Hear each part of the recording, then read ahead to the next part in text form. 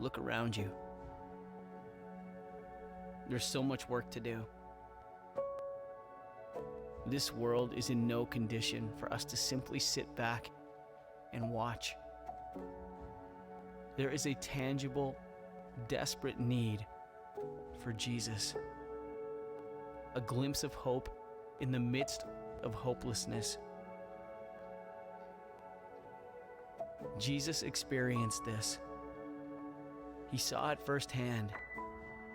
The need broke his heart and filled him with compassion. He turned to his disciples and said, "The harvest is plentiful, but the workers are few." This alone should stir our hearts. It's a calling to make a difference, to share the truth of the gospel, to be a light in the darkness, to be the church. It's time for us to look beyond ourselves, to turn our focus to the field, to answer the call and passionately share the love of Jesus. This is our mandate. This is our mission. Are you ready to do the work?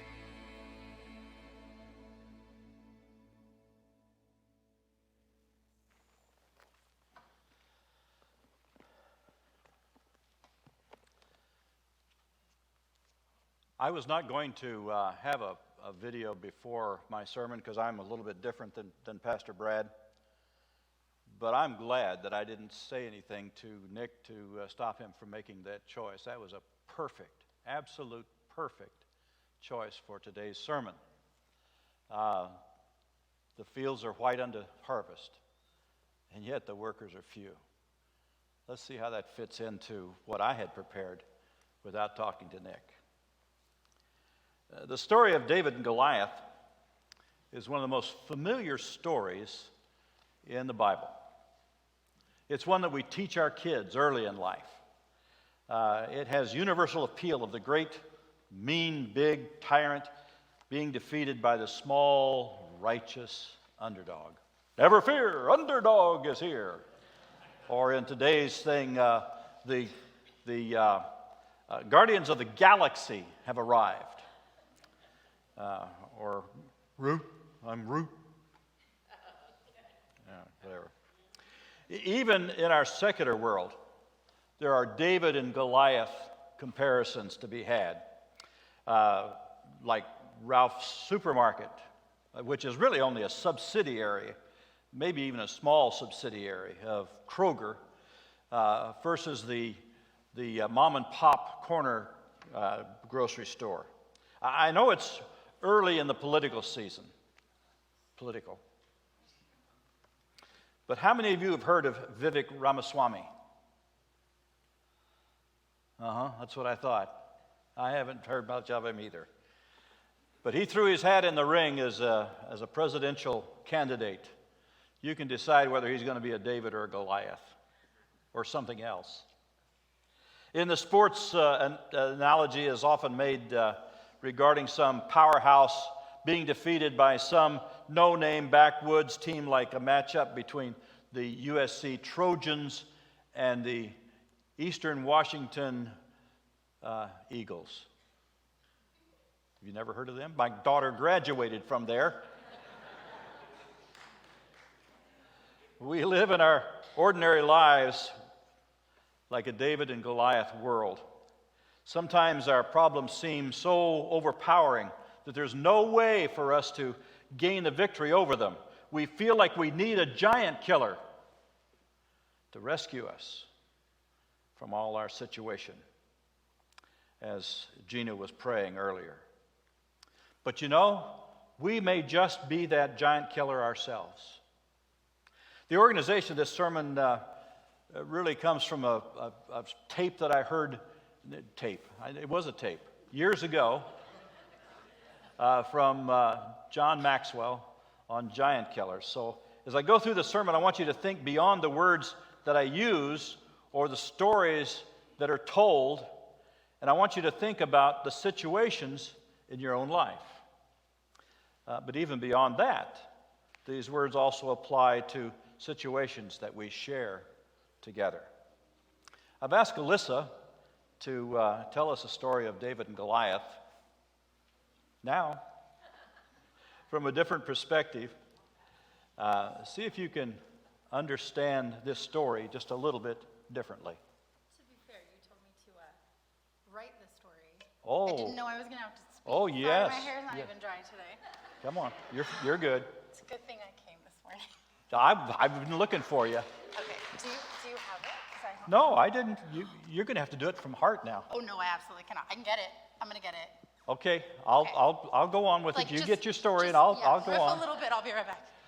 Now, I'm sure that hearing this story from a different perspective will help you understand our story better. At least I hope so, and may open your mind to the ideas that I'm presenting in this series that you see on the right-hand side of your right-hand side of your bulletin, that it has 10 different things about giant killers. Come on up. Come on.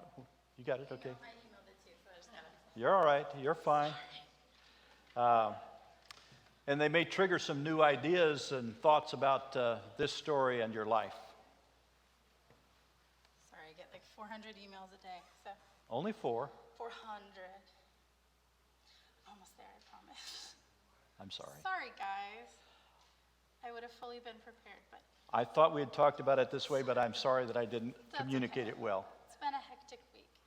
It's all right. Been hectic for me too. Oh, my Lord. I've had a sick wife. You know how that is? She's better today. She's here. I don't know why. So I haven't heard her cough yet. Keep looking. It's coming, it's coming. You're all right. Okay. It's very close. Okay. All right. There you go. All right. Oh, thankfully, the very first line of this email is sorry for the delay. So, sorry. Okay. I lay still and motionless, buried deep within the earth. The life of a stone is a peaceful existence, but one devoid of any purpose or meaning. I had no idea that my destiny was about to change forever. One day, a young man named David came to the valley where I was buried. He was a shepherd and had been sent by his father to bring food to his older brothers who were soldiers in King Saul's army. As David approached the battlefield, he saw the Philistine giant named Goliath challenging the Israelite army to send out a champion to fight him. The soldiers were afraid, but David was not. He went to King Saul and offered to fight Goliath himself. The king was skeptical, but David was determined. He picked up 5 smooth stones from the nearby brook, chose me to put in his sling, and faced Goliath. As Goliath charged towards David, I was flung out of David's sling with incredible force. I hurled through the air, and then with a sudden thud, I hit Goliath right in the middle of his forehead. Goliath stumbled and fell to the ground, and David rushed forward to finish the job. As I lay on the ground beside Goliath's lifeless body, I realized that my small and seemingly insignificant existence had played a vital role in the outcome of this historic battle. David had trusted in me, a simple stone, to do what no army or warrior could. I had become a symbol of courage and faith, and my story would be told for generations to come. And so, as the wind blew across the valley, I lay there, a humble and unassuming witness to the triumph of one young man's unwavering faith and determination. Wow. Am I good? I think that the sermon is over. We can all go home now. Wow. Well, before we get into giant killers, let me tell you a little bit about some things about giants. Every giant introduces the person to himself. Every one of us comes to a point in our lives where we ask, who am I? What am I really made of? Why am I here? Is this all there is to life? These questions most generally come as a result of, or more accurately, in the middle of a crisis, the crisis of the giant of the moment. But this crisis, this giant, doesn't really make us who we are. The crisis only reveals who we have already become. This happened to me when I was in the clinical pastoral education course at Walter Reed. All my life I had been skating along through school, bluffing my way through every educational situation, from grade school to high school to NNC to Nazarene Theological Seminary. Maybe bluffing is a little strong, but I think more that I was smart enough to get by without expending too much effort. But in CPE, Clinical Pastoral Education, they didn't just give me a pass. I finally faced up to my responsibilities for my own learning. I found out that if I worked hard enough, I really am a pretty smart person. I learned that I really am a fairly competent pastor. I learned that I really could earn the respect of my fellow chaplains through the job that I was doing rather than the bluff that I was presenting. A second thing that you need to know about giants is that people who reach giant positions have previously defeated giants. There's a book called Cradles of Eminence. The author was attempting to determine the origin of success for 414 prominent world leaders. The one common thread among 392 of those 414 was that they had to overcome some giant challenges in their lives, physically, emotionally, or economically. As an example, Beethoven was raised by an alcoholic father, with all the difficulties that implies, yet he wrote Ode to Joy, or it's in our hymnals at number 17, Joyful, Joyful, We Adore Thee. I have even heard that it's a ringtone on some telephones, in case you get a call. No team or individual has ever achieved greatness without somewhere, somehow, facing and overcoming a great obstacle. David had killed a lion and a bear while he was caring for his father's sheep in the Bethlehem Hills. God just didn't throw David at Goliath without adequately preparing him. Sure, this problem was very formidable, but those who have overcome problems before look back on those times with all their preparation to help them overcome the new problems that they face. A third thing that you might want to know about giants is giants are often tools by which God fashions us for bigger things. As you know, the English language evolves over the years. What used to be a problem is now called a challenge. I used to be called fat. Now I'm called stocky, or I'm portly, or maybe even fluffy. It would not be nice to call me fat. Each new challenge prepares us for the ultimate goal that God has for us when we defeat our giant in our lives. We seldom defeat a single problem by being victorious over a single area in our lives. Often there are other things or people that fall with that giant. When David killed Goliath, the whole army of the Philistines ran away, afraid of the little boy with a slingshot and 4 more stones in his pouch. As the ones related to the giant fall and are defeated, our supporters are strengthened. When the Israelites faced the Philistines across the Elah Valley, the Israelites were cowering in fear, but when David killed Goliath, they were filled with purpose and courage. They chased the Philistine army, killing as many of them as they could before they would reach the safety of their fortified cities. So David's victory over Goliath was not just his victory, but became a victory for all of Israel. A few years ago, I was able to help my congregation to buy an existing church building that had been freshly remodeled only a few years earlier. Now, I know that prices are a lot different down here in Southern California than they are in Gig Harbor, Washington. But in 1997, we bought a building worth $1.3 million for about $400,000. We sold our old building for $425,000.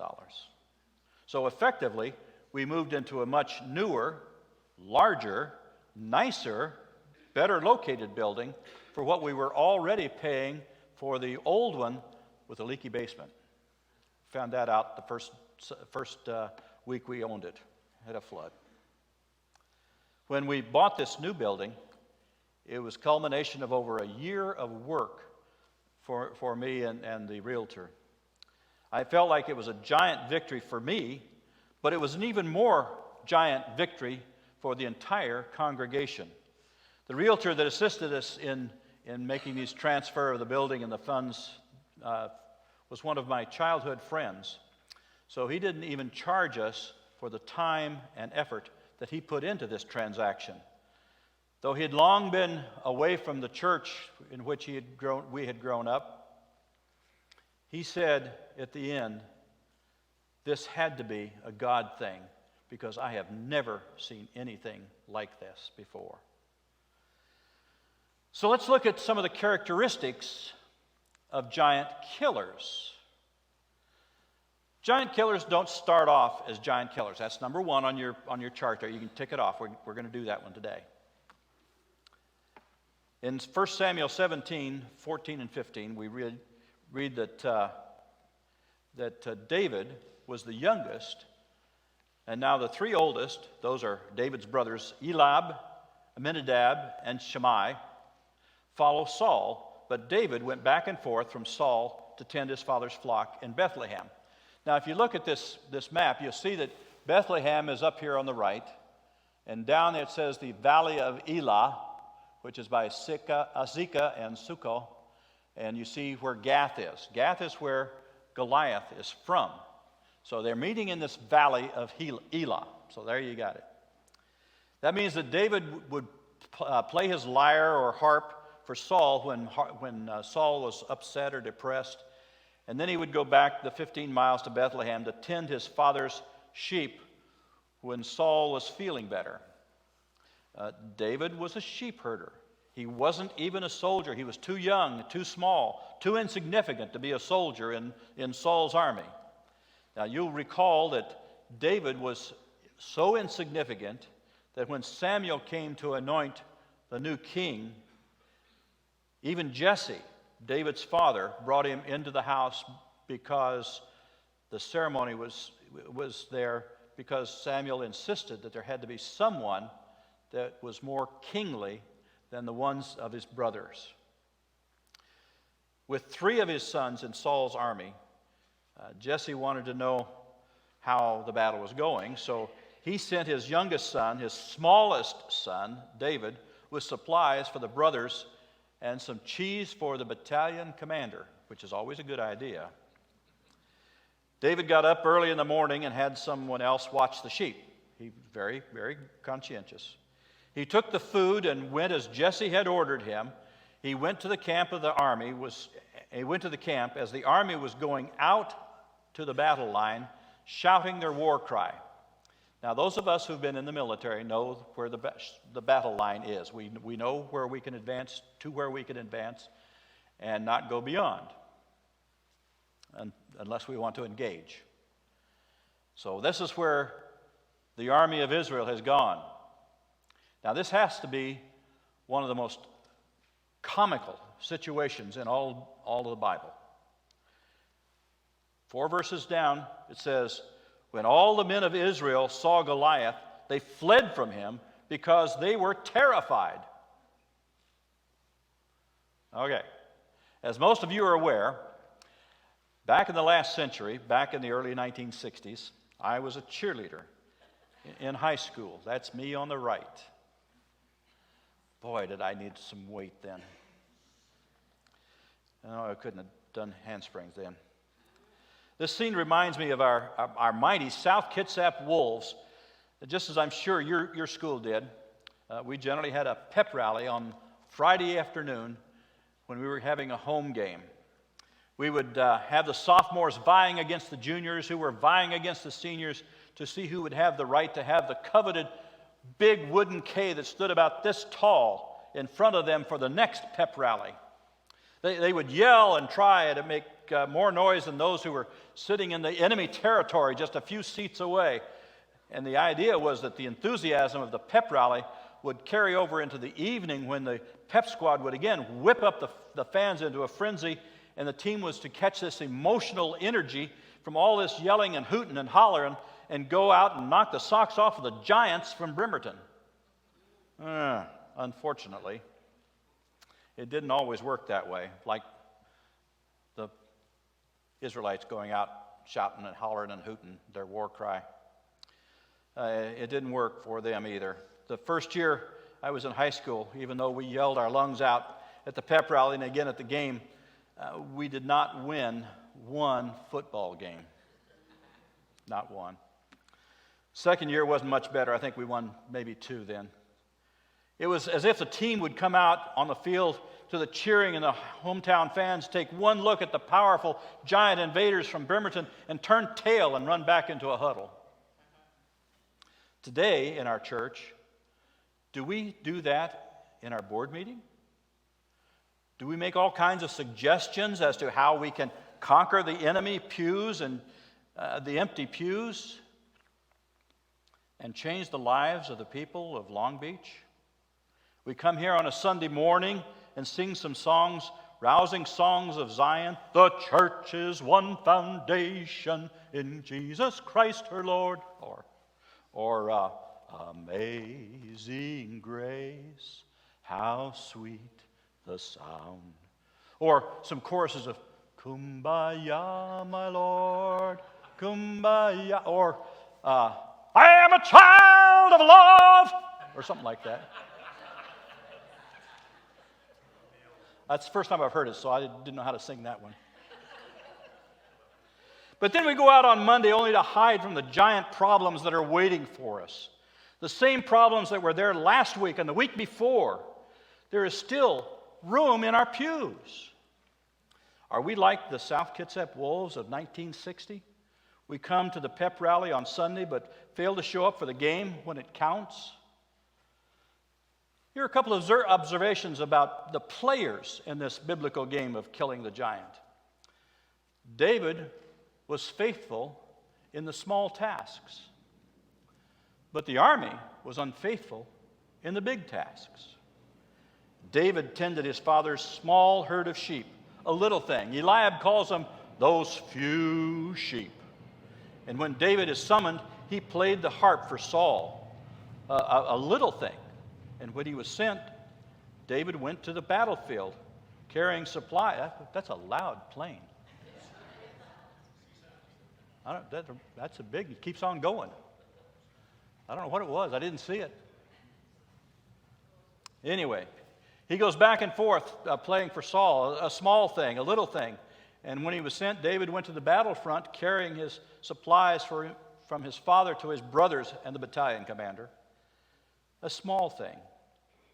Later, we hear David tell Saul that he learned all of his skills from practice while he was doing the drudgery of his job, the little things.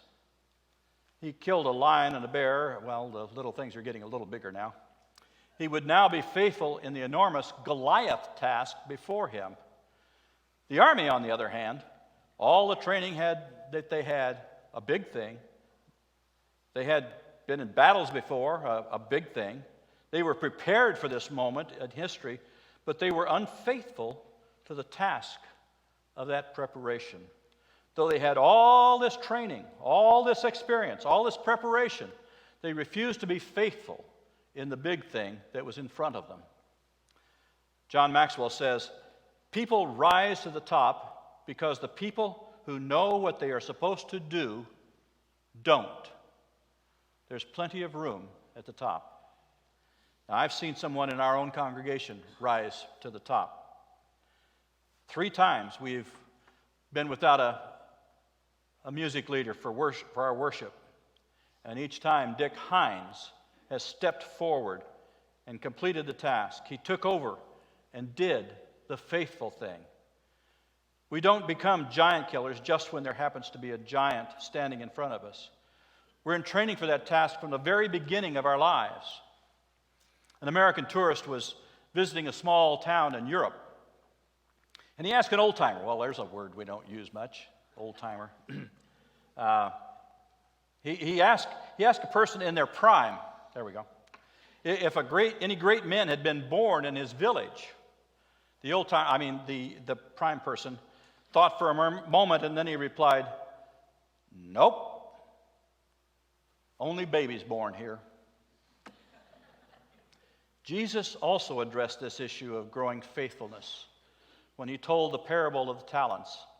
He said in Matthew 25, 21, and 23, "You have been faithful in a few things. I will put you in charge of many things." Another characteristic of a giant killer is that they see the potential for the reward if they defeat the giant. Alfred Armand Monteport said, whoever he was, said, he's a philosopher.